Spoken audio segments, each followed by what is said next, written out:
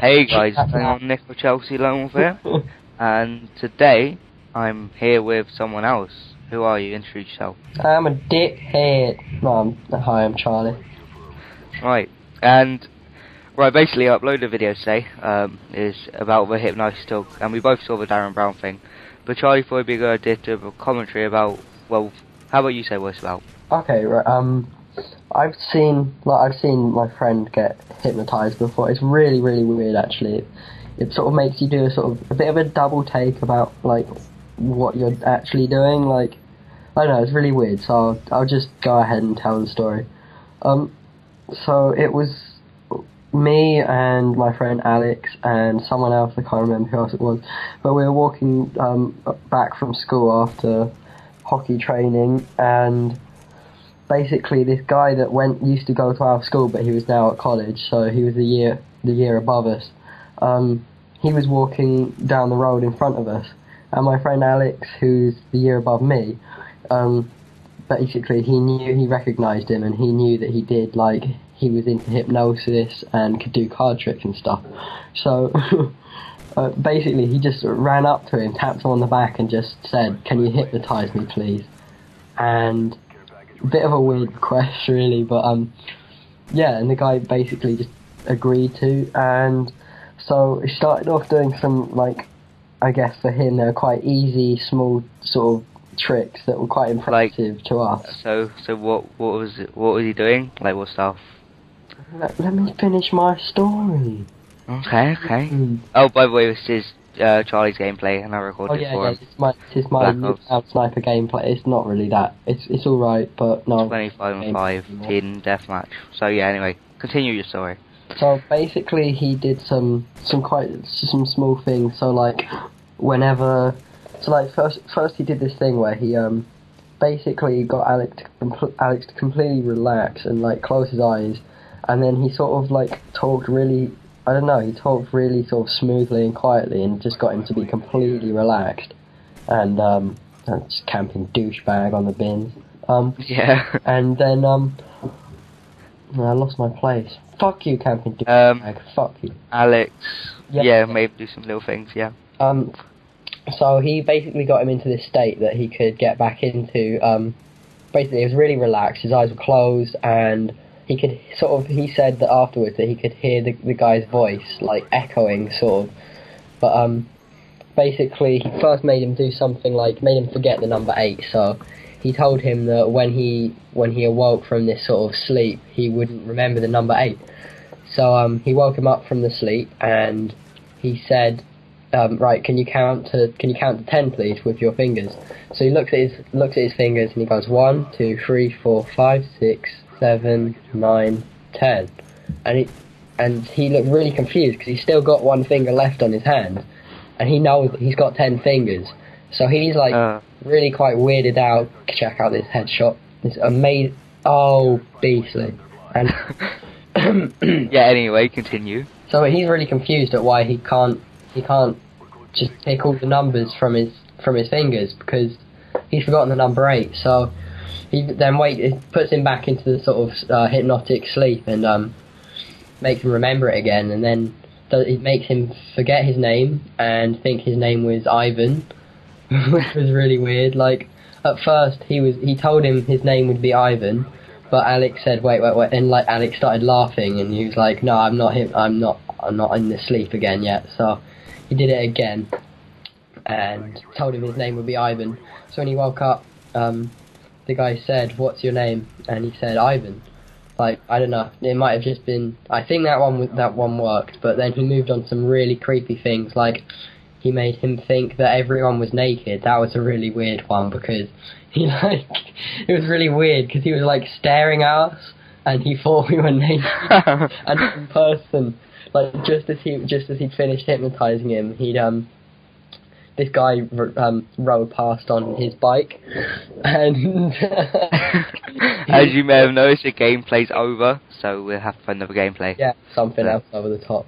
But anyway, this guy's riding up the hill on his bike, and Alex is like cringing and like, oh, what the fuck? Why aren't you wearing any clothes? And it like said, oh, that's disgusting. His balls are trapped under the seat and stuff. It was quite funny. And yeah, that was really weird. So then he got back out of that state and made him believe that pigs could fly. And that one was probably the weirdest one actually, because he basically, when he woke from the state, we told him to look up, and there was a pig. Like, it wasn't necessarily flying, it was like just a pig up in the sky staring at him, and he really freaked out by it. Like, it was really, really creepy. So, and it wouldn't go away. Like, he was walking around looking up at it, and it kept turning around looking at him. And yeah, he was really, really weirded out by it, and he couldn't understand why. And like, but I find hypnosis really interesting.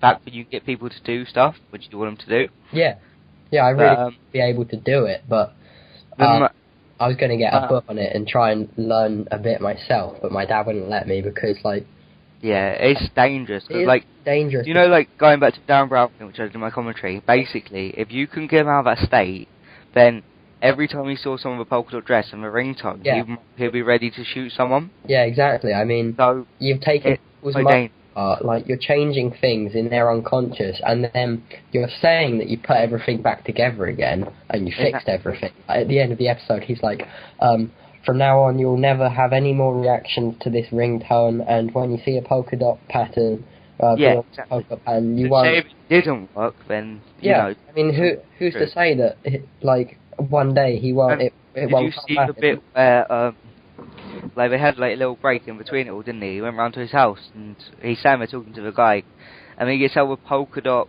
blue and white polka dot handkerchief and puts it like down next to him, so the guy automatically goes into a hypnotic state. Yeah. So then he tells him to take off his shoe. He gives him a shoe and he puts it into the bread bin. Biscuits in, bread bin, and takes him back out of hypnosis and tells him to look at his feet. Just continued with the story, and then afterwards he goes, so one of the amazing things I used to do when I was a thief was I used to be able to take people's shoes straight off them. He's like, no. He's like, look, do you feel like you got my shoes on now? He goes, yeah. He's like, look down, and he's like, what? How did you do that? I mean, it panned out and showed us how he did it. Actually took it off himself and put it in the bread bin next to it. It was really weird. But he had no idea. Yeah.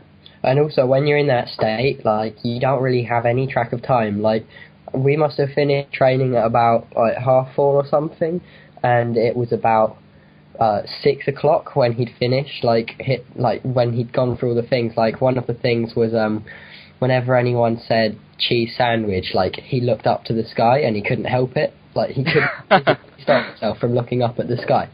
So we just, like, we had a bit of fun with that. Like, we just said, so what did you have for lunch today? Cheese sandwich, what? And then he looked up at the sky. It was really, really weird. But and there were some other things, like whenever we said ham sandwich, like, or something like that, it was some sort of trigger. His left arm went, like, just reached up into the sky and was stuck there. Like, he couldn't physically. He couldn't, like, move it down. Yeah. So when he used his right hand to try and bring it back down, and he physically couldn't move his right hand to bring it back down.